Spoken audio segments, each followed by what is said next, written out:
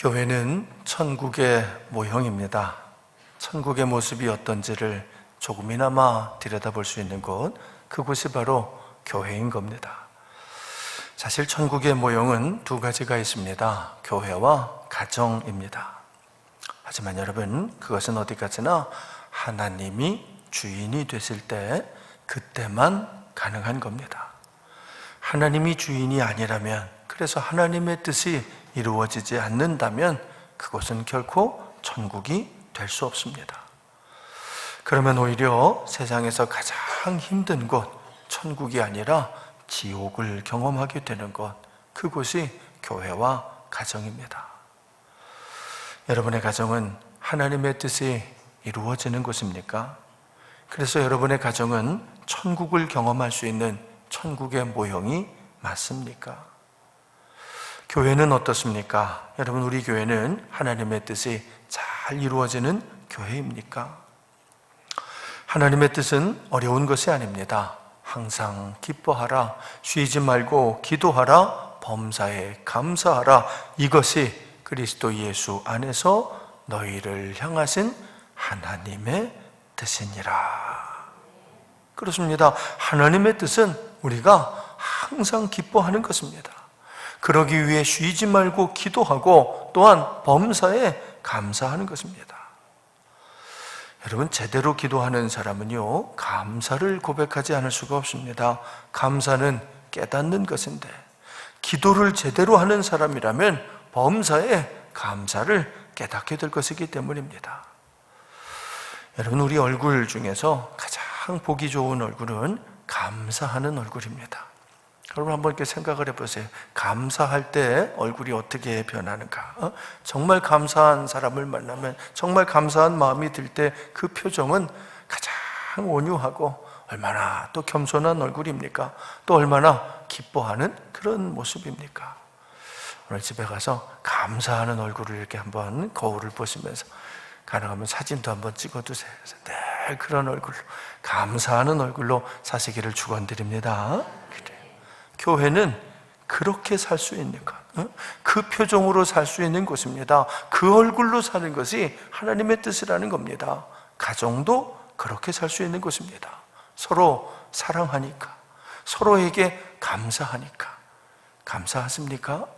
남편에게 감사하고, 아내에게 감사하고, 부모에게 감사하고, 자녀들에게 감사하고, 교회 오면 성도들에게 감사하고, 무엇보다 하나님께 감사하고. 할렐루야. 감사의 얼굴로 살아야 돼요. 그 감사의 얼굴로 살 때 항상 기뻐할 수 있는 것, 그곳이 바로 교회와 가정인 거지요. 하지만 기도하지 않으면, 성도가 기도를 멈추게 되면 감사를 잃어버리게 됩니다. 감사를 잃어버리면 불만과 불평이 가득하게 되고, 그러면 기쁨도 잃어버리게 되겠지요. 그러면 서로 사랑하는 것이 아니고 서로를 미워하게 됩니다. 안타깝지만 여러분, 그런 교회들이 참 많습니다. 성도들끼리 서로를 사랑하지 않는 겁니다. 사랑은 고사하고 서로를 미워하는데, 얼마나 미워하는지 미움을 넘어서 증오하기까지 합니다. 그래서 그런 교회들은 얼마나 교회 안에서 싸우는지, 얼마나 시끄러운지. 안타깝지만 그런 교회가 정말 많습니다. 예전에 어떤 목사님이 버스를 타고 어디를 가고 계셨습니다. 그런데 버스 안에서 승객 두 사람이 막 소리를 높여서 싸우기 시작했습니다. 얼마나 싸워대는지 하여튼 모든 승객들이 그 소리에 다 짜증이 날 지경이었습니다. 결국 참다 못해 할아버지 한 분이 다음 정거장에서 내리고 말았습니다. 그런데 그 할아버지가 내리시기 직전에 싸우고 있는 그 두 사람을 향해서 소리를 쳤습니다. 아, 정말 시끄럽네. 여기가 교회인 줄 알아. 유명한 이야기입니다. 여러분, 그 말을 듣고 그 버스에 있던 목사님이 너무너무 부끄러우셨다는 그 이야기입니다. 성도들이 왜 싸우는 것일까요? 그것도 교회에서, 신성한 교회 안에서 어째서 다투는 것일까요? 교회마다 상황이 다르겠지만 대다수 교회들이 싸우는 이유는 대부분 옳고 그름의 문제입니다.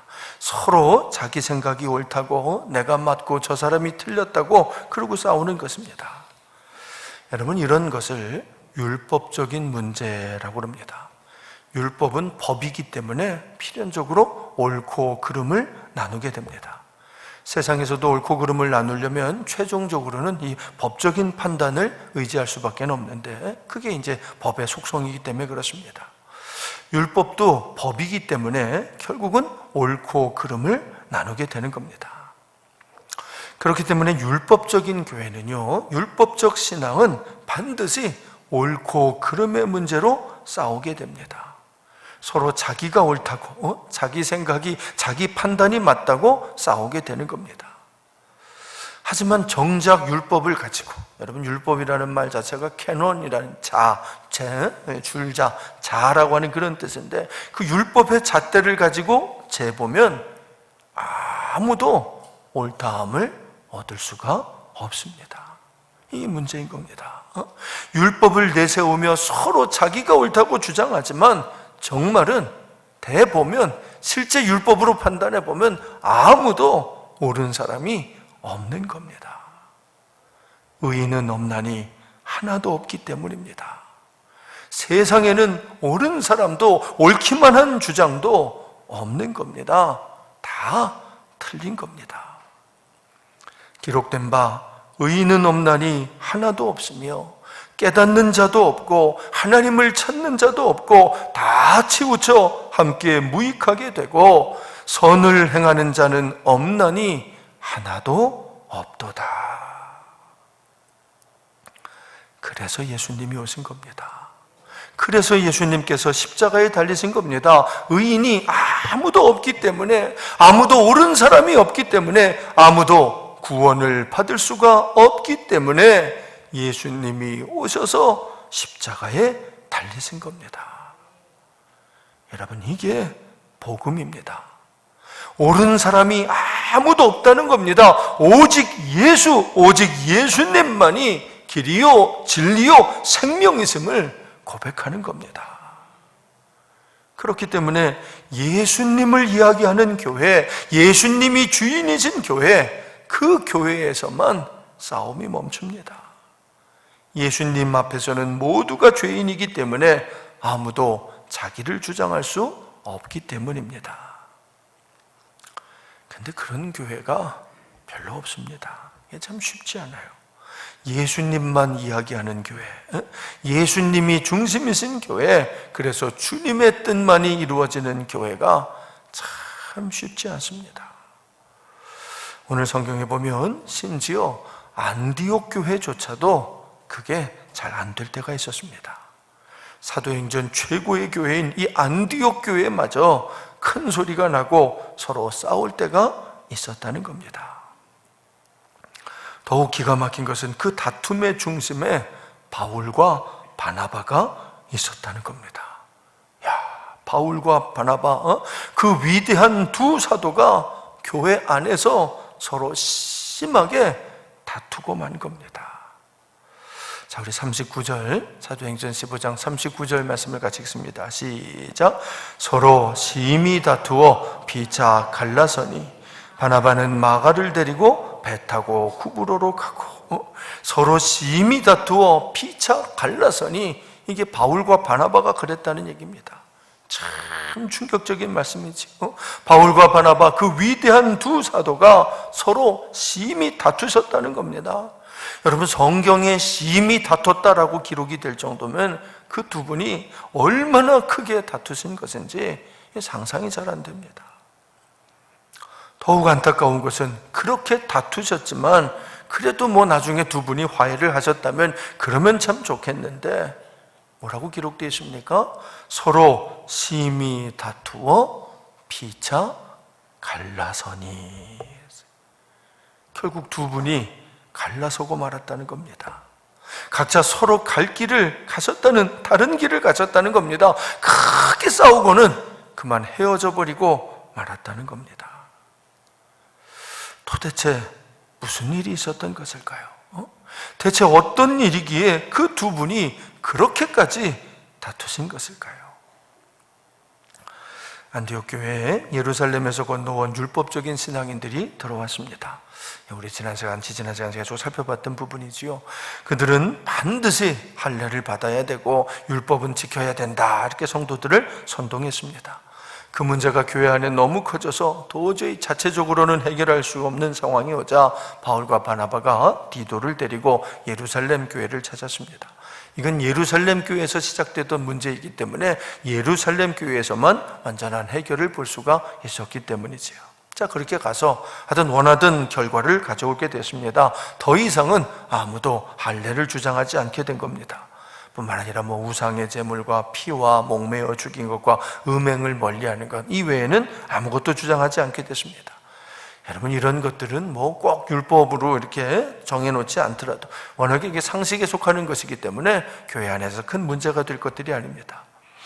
아무튼 그렇게 안디옥 교회와 이방인 선교를 둘러싼 많은 어려움들이 잘 해결이 된 겁니다. 그러니까 큰 고비 하나를 안디옥 교회가 넘은 거지요. 그리고 나서 교회가 은혜롭게 되고 좀 부흥하고 잘 되고 안정세를 찾았을 때 사도 바울이 바나바에게 이런 이야기를 합니다. 자, 우리 36절 말씀을 같이 읽어보겠습니다. 시작. 며칠 후에 바울이 바나바더러 말하되 우리가 주의 말씀을 전한 각 성으로 다시 가서 형제들이 어떠한가 방문하자 하고, 그러니까 바울이 바나바 목사님, 우리 지난번에 갔던데 제1차 전도의 여행으로 다녀온 거기 몇 년 전에 다녀온 그 교회들이 지금 어떻게 하고 있는지 우리 한 번 더 좀 가서 보지 않겠습니까? 그러신 거예요. 그러니까 구브로, 버가, 비시디아, 안디옥, 이고니온, 루스드라, 더베, 기억들 나시죠? 이 교회들, 갈라디아 지역에 있는 그 교회들을 다시 한번 좀 찾아가 봅시다, 이렇게 제안을 하신 거예요. 바나바도 그 제안을 듣고는 그럽시다, 이제 서로 같이 가기로 했습니다. 그런데 이 바나바가 이번에도 요한 마가를 데려가자고 하는 겁니다. 지난번에 그 마가가 중간에 포기를 하고 예루살렘으로 돌아가 버렸는데 그랬던 마가를 이번에도 또 데려가자는 거예요. 하지만 바울은 마가는 안 된다고, 지난번에 그리고 떠나버려서 얼마나 우리가 고생을 했는데 그 사람을 또 데려가냐고, 이번에는 못 데려간다고, 이렇게 얘기를 하는 겁니다. 자, 우리 37절, 38절 두 절을 같이 읽습니다. 37, 38 시작. 바나바는 마가라 하는 요한도 데리고 가고자 하나 바울은 밤빌리아에서 자기들을 떠나 함께 일하러 가지 아니한 자를 데리고 가는 것이 옳지 않다 하여, 그래서 다투게 된 거예요. 바나바는 마가를 데려가자고 그러고 바울은 마가는 안 된다고 그러고, 그 이후로 심히 다투게 된 겁니다. 그리고 결국은 두 사람이 이 문제로 헤어지게 된 거예요. 바나바는 끝내 마가를 데리고 구브로로 떠나버렸습니다. 구브로는 제1차 전도여행의 첫 번째 목적지고 또 바나바의 고향이기도 한데 하여튼 그리로 가버린 겁니다. 그러자 바울은 예루살렘에서 파견했던 그 실라, 예언자 실라를 설득해서 실라와 함께 전도여행을 꾸립니다. 그런데 바울은 바나바와 마가가 간 그쪽 방향하고는 정반대 방향으로 이제 떠납니다. 우리 39절, 40절, 41절 세 절도 함께 읽겠습니다. 시작. 서로 심히 다투어 피차 갈라서니 바나바는 마가를 데리고 배 타고 구브로로 가고 바울은 실라를 택한 후에 형제들에게 주의 은혜의 부탁함을 받고 떠나 수리아와 길리기아로 다니며 교회들을 견고하게 하니라. 바나바는 배 타고 서쪽으로 가고 이 바울과 실라는 그냥 걸어서 위쪽으로 이 수리아와 길리기아 지방으로 갔다는 얘기예요. 참 어안이 벙벙해지는 이야기가 오늘 이 말씀입니다. 그 위대한 사도 바울의 전도 여행이, 그 두 번째 제2차 전도 여행의 출발이 이런 식으로 이루어졌다는 겁니다. 여러분, 살다 보면 이렇게 헤어질 수밖에 없는 상황이 일어나곤 합니다. 정말 좋아하던 사람인데, 정말 사랑했던 사람인데, 정말 고마운 사람인데, 그런데도 헤어져야 할 때가 있습니다. 영원히 함께 할 줄 알았는데, 이 사람과는 끝까지 같이 갈 줄 알았는데, 그런데 헤어지게 되는 겁니다. 그것이 배우자일 수도 있고 부모 형제일 수도 있고 좋은 친구일 수도 있습니다. 심지어 같은 교회 안에서 함께 은혜 받고 같이 신앙생활을 하던 성도들일 수도 있습니다. 그러면 얼마나 마음이 힘든지 모릅니다. 행복은 관계에 달린 것인데 관계가 무너지면 행복도 무너질 수밖에 없기 때문입니다. 여러분, 그러면 천국의 모형이던 가정이 지옥으로 변해버리고 맙니다. 천국의 모형이던 교회조차 지옥처럼 느껴지게 되고 맙니다. 바울과 바나바도 그랬을 겁니다.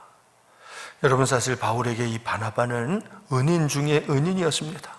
모든 사람들이 바울을 부정할 때 유일하게 바울의 회심을 인정하고 바울 편에 서주었던 사람이 바나바였습니다. 모든 사람들에게 바울이 외면당하고 10년이 넘는 장구한 세월을 다소에서 홀로 은둔하고 있을 때 그때 찾아와 바울을 다시 일으켜주고 안디옥 교회로 데려왔던 사람도 바나바였습니다. 그런 분과 심히 다투고 피차 갈라섰으니 그 마음이 오죽했겠습니까? 힘든 것은 바나바도 마찬가지였을 것입니다. 여러분, 바나바에게 바울은 동역자 그 이상의 사람이었습니다. 아마 바울을 위해서라면 바나바는 10번도 100번도 대신 죽을 수 있을 만큼 사랑하는 동역자였을 것입니다. 그런 바울과 심히 다투고 피차 갈라섰으니, 여러분, 바나바는 마음이 얼마나 따뜻한 분입니까? 바나바라는 이름의 자체가 별명 아닙니까? 위로의 아들이다, 권면의 아들이다. 그런 마음을 가진 분이 이런 일을 겪었으니 얼마나 더 힘드셨을까요? 하지만 여러분, 이때 가장 힘든 사람은 아마 마가였을 겁니다. 자기 때문에 바울과 바나바가 심히 다투었으니 어린 마음에, 그때 마가는 아직 그 청년 시절이었거든요. 그 어린 마음에 얼마나 힘이 들었을까요? 게다가 자기 때문에 바나바가 바울하고 다 헤어지고 자기를 데리고 따로 전도 여행을 떠나니 그 심정이 함께 가면서 어땠겠습니까, 여러분? 그런데 바로 그 이유 때문에 마가가 달라집니다. 자기 때문에 바울과 바나바가 심히 다투는 것을 보고, 자기 때문에 바울과 바나바가 갈라서기까지 하는 것을 보고는 마가가 변화되는 겁니다. 여러분, 사실 마가는요, 좀 부잣집 도련님으로 참 좀 유약했던 사람인 것 같아요. 그러니까 그 집안은 참 좋잖아요. 마가의 다락방에 예수님도 막 성만찬 하실 정도로 하여튼 큰 집을 가졌던 사람이고 꽤 부잣집 도련님이었던 것 같아요. 근데 좀 연약했던 것 같아요. 마가복음, 이게 이제 마가가 쓴 복음인데 거기 보면 예수님이 붙잡혀 갔을 때 모든 제자들이 예수님을 버리고 도망치는 장면이 나옵니다. 근데 그 장면 중에 마가복음에만 유일하게 나오는 장면이 있습니다. 우리 한번 같이 읽어볼까요? 마가복음 14장 51절과 52절 말씀입니다. 우리 같이 읽습니다. 시작. 한 청년이 벗은 몸에 배 혼니부를 두르고 예수를 따라가다가 무리에게 잡힘에 배 혼니부를 버리고 벗은 몸으로 도망하니라. 이게 이제 예수님 마지막 밤 겟세마네 동산에서 기도하시던 그 밤의 장면인데, 예수님이 붙잡혀 가신다고 그러니까 제자들이 막 우르르 쫓아갔을 거 아니에요? 근데 그 중에 한 청년이 쫓아갔는데 아마 이 청년은 자다가 일어나서 나온 모양이에요. 그러니까 옷도 못 입고 옷 입을 틈도 없으니까 그냥 이불만 둘러고 이러고 이제 배혼이불을 덮고 그러고 쫓아갔는데, 예수님만 잡아가는 줄 알았더니 다른 사람들까지 잡으려고 그랬다는 얘기예요. 그러니까 이 청년이 그 옷을, 그 이불을 잡으니까 그걸 벗어버리고, 벗으면 속이 알몸인데 그게 창피한 줄도 모르고 그리고 도망쳤다. 그 얘기가 여기 나온 거지요. 이 마가복음에만 나오는 얘기인데 여러분, 이 청년이 누구일까요? 이날 이렇게 벗은 몸으로 도망을 친 이 부끄러운 청년은 누구일까요? 성서학자들은 이 청년이 바로 요한 마가라고 생각을 합니다. 자기 이야기니까 마가복음에다가 그렇게 써놨지, 남 얘기라면 아마 그건 누구도 알지도 못하는 막 혼비백산에서 다 도망치던 상황인데 누가 그렇게 절실한 상황을 자세하게 알고 썼겠습니까? 그러니까 마가가 자기 이야기를 기록했을 거다라는 거지요. 여러분, 그랬던 겁니다. 마가는 그렇게 도망치는 사람이었던 겁니다. 두려운 일이 생기면, 어려운 일이 생기면 항상 도망치는 사람이었던 겁니다. 그래서 밤빌리아에서도 바울과 바나바를 버리고 도망쳤던 거지요. 무서우니까, 힘이 드니까 또 도망쳐버리고 만 것입니다. 근데 그 결과가 지금 이렇게 나타나는 겁니다. 바울과 바나바가 자기 때문에 심히 다투고 피차 갈라서 버린 겁니다. 그러니 얼마나 힘들었겠습니까? 여러분, 그런데 마가는요, 한편으로는 참 힘들었겠지만 또 한편으로는 너무너무 고마웠을 겁니다. 끝까지 자기를 버리지 않는, 포기하지 않는 바나바 때문에, 심지어 바울과 헤어지고 자신을 택하는 그 바나바 때문에 힘은 들지만 너무너무 고마웠을 겁니다. 이렇게까지 자신을 믿어주고 이렇게까지 같이 해주는 바나바가 정말 고마웠을 겁니다. 그 사랑이 마가를 변화시켰습니다. 바나바의 그 큰 사랑이 마가를 새로운 사람으로 변화시킨 겁니다. 여러분, 성경을 잘 읽어보면 이 마가가 훗날에 베드로 사도에게 아들 같은 사람이 되었다는 것을 알 수 있습니다. 우리 한번 같이 읽어볼까요? 베드로전서 5장 13절 말씀입니다. 베드로전서 5장 13절 시작. 택하심을 함께 받은 바벨론에 있는 교회가 너희에게 문안하고 내 아들 마가도 그리하느니라. 그러니까 이건 이제 베드로가 쓴 말씀인데, 베드로가 로마에 머물러 있으면서 교회들에게 이렇게 보내는 편지입니다. 근데 이 편지를 쓰면서 베드로가 뭐라고 합니까? 마가가 지금 당신과 함께 있다, 베드로와 함께 있다, 그 얘기를 하고, 더구나 그 마가를 이야기하면서 마가는 내 아들이다, 내 아들 마가도 여러분에게 문안한다, 그러고 쓰는 거예요. 여러분, 성서학자들은요, 이 베드로는 아마 로마에 있기는 해도 로마 말이나 그 당시 공용어가 됐던 헬라어나 이런 거를 잘 몰랐을 거라고 생각을 합니다. 뭐 그랬겠죠. 베드로가 언제 뭐 라틴어, 헬라어 그런 공부했겠어요. 그런 베드로 곁에서 베드로의 설교도 통역을 해주고 베드로가 로마에서 목회할 수 있도록 옆에서 도와줬던 사람, 그 사람이 아마 마가였을 거다, 이렇게 생각을 하는 거죠. 또한 그랬기 때문에 여러분, 마가가 마가복음을 쓰는데 이 마가복음이 사실은 사복음서 중에서 제일 먼저 쓰여진 복음이거든요. 마가가 뭘 알아서 그 복음서를 썼겠어요? 베드로가 곁에 있으니까, 베드로와 함께 있으니까 최초의 복음서인 마가복음을 마가가 기록할 수 있었을 거다라고 보는 거지요. 자, 그렇다면 마가가 그런 사람이 된 거예요. 정말 요긴한 사람이 정말 꼭 필요한 사람, 초대교회에 정말 유용한 사람이 된 것입니다. 그것도 사도 중에 사도인 베드로에게 인정을 받는, 베드로에게 아들 같은 존재로 인정받는 그런 사람이 된 것이지요. 여러분, 뿐만 아니라 이 마가는요, 사도 바울에게도 인정을 받게 됩니다. 자, 우리 디모데후서 4장 11절 이 말씀도 한번 같이 읽어볼까요? 디모데후서 4장 11절 시작.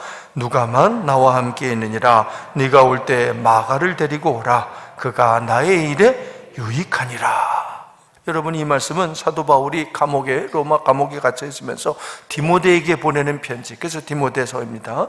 디모데에게 보내는 편지 중에 한 구절인데, 디모데에게 바울이 뭘 부탁하고 있습니까? 지금 내 옆에 누가밖에 없는데 마가를 데려오라고 그러는 거예요. 그러면서 마가가 나의 일에 유익한 사람이다, 세상에.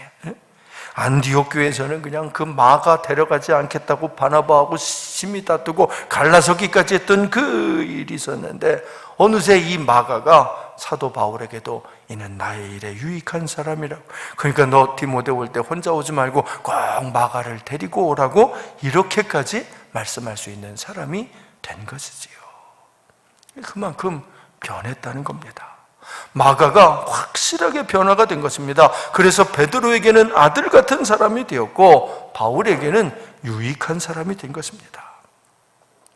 또한 복음서 중에서 가장 먼저 쓰여진 복음서, 사실은 마가복음이 있었기 때문에 다른 복음서들이 나올 수가 있었을 것인데 그 바탕이 되는 마가복음도 마가가 저술을 한 겁니다. 그러니 마가는 모든 사람들에게 유익한 사람, 아니 우리 주님에게 유익한, 주님이 찾으시는 그 한 사람이 되게 된 것이지요. 어떻게 그럴 수 있었을까요? 누가 마가를 그렇게 변화시킨 것일까요? 바나바입니다. 바나바의 사랑이, 마가를 향한 그 큰 사랑이 마가를 이렇게 변화시킨 것입니다. 여러분, 살다 보면 어쩔 수 없이 헤어져야 할 때가 있습니다.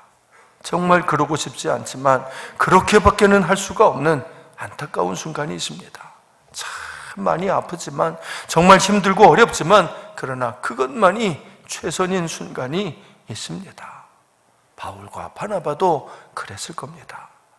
여러분, 그 위대한 사도들이 기도도 해보지 않고 그냥 무작정 헤어진 것, 그런 건 결코 아니었을 것입니다. 그때 너무 화가 나서 그냥 감정만 앞세우고 홧김에 두 분이 갈라서는 그런 것은 절대 아니었을 겁니다. 이 두 사도는 기도했을 것입니다. 정말 많이 기도했을 것입니다. 그런데도 그렇게 할 수밖에는 없었을 겁니다. 당시로서는 그 방법이 최선의 방법이었기 때문이지요. 여러분, 만약 바울과 바나바가 마가를 데리고 또 선교여행을 같이 떠났더라면 어떻게 됐을까요? 여러분, 그랬더라면 아마 마가는 또다시 중도에 포기하고 도망쳐버리고 말았을 겁니다. 앞으로 우리 자세히 살펴봅니다만, 여러분 2차 전도여행에도 얼마나 힘든 일들이 많았는지 모릅니다. 특히 빌립보에 갔을 때는 억울하게 매를 맞고 감옥에 갇히기까지 하는데, 마가가 그때 같이 있었다면 아마 틀림없이 못 견뎠을 겁니다. 자, 그러면 그렇게 또 거기서 도망쳐 버리고 나면 아마 마가는 다시는 일어서지 못하게 되었을 것입니다. 스스로 자포자기하고 나는 안 되나 보다 그러고 더 이상 선교할 수 없는 사람이 되고 말았을 것입니다. 뿐만 아니라 마가 이때 바나바가 바울하고 같이 갔다면 유럽 지방으로 이 복음이 전파되는 일이 어려웠을 수도 있습니다. 여러분, 이 역시도 앞으로 자세히 살펴볼 내용이지만 이 2차 전도 여행은 중간에 목적지가 바뀌는 아주 특별한 여행입니다. 원래 바울은 이 동편으로, 동쪽으로, 소아시아 지역으로 복음을 전하려고 했는데 이 무시아라고 하는 곳에서 예수님이 나타나 서쪽으로 방향을 바꿔주십니다. 그래서 서쪽으로 복음이 전파되기 시작하는 자리가 이 2차 전도 여행 시작하는데, 여러분 그때 바나바가 거기 있었다면, 바나바는 만남을 소중히 여기는 사람, 소아시아 교회를 그걸 정말 소중히 여기는데 이 사람들한테 복음 전하는 걸 포기하고 새로운 자리로 가는 것을 아마 바나바는 받아들이기가 어려웠을 겁니다. 아무튼 이래저래 모든 것들이 다 하나님이 하신 거지요. 그렇습니다. 결과적으로는 하나님께서 모든 것이 합력하여 선을 이루게 하신 것입니다. 오늘 여러분의 삶에도 이런 문제들이 있습니까? 천국의 모형이 되어야 할 교회가 또 가정이 천국이 아니라 지옥처럼 느껴지십니까? 그러면 더 많이 기도하셔야 됩니다. 더 많이 기도하면서 하나님의 뜻을 잘 따라가십시오. 절대로 낙심하지 말고, 절대로 중간에 포기하지 말고, 바울과 바나바처럼 끝까지 힘들어도 가슴 아파도 순종하십시오. 그러면 반드시 모든 것이 회복되는 날이 찾아올 겁니다. 지금은 많이 아프겠지만 그 아픔을 통해 더 크게 성장하는 날이 반드시 찾아올 것입니다. 그러니 절대 낙심하지 말고, 절대 주저앉지 말고, 실망하지 말고 계속 기도하면서 순종하는 여러분들이 되십시오. 하나님을 사랑하는 자, 곧 그의 뜻대로 부르심을 입은 자들에게는 모든 것이 합력하여 선을 이루느니라. 이렇게 기도하겠습니다.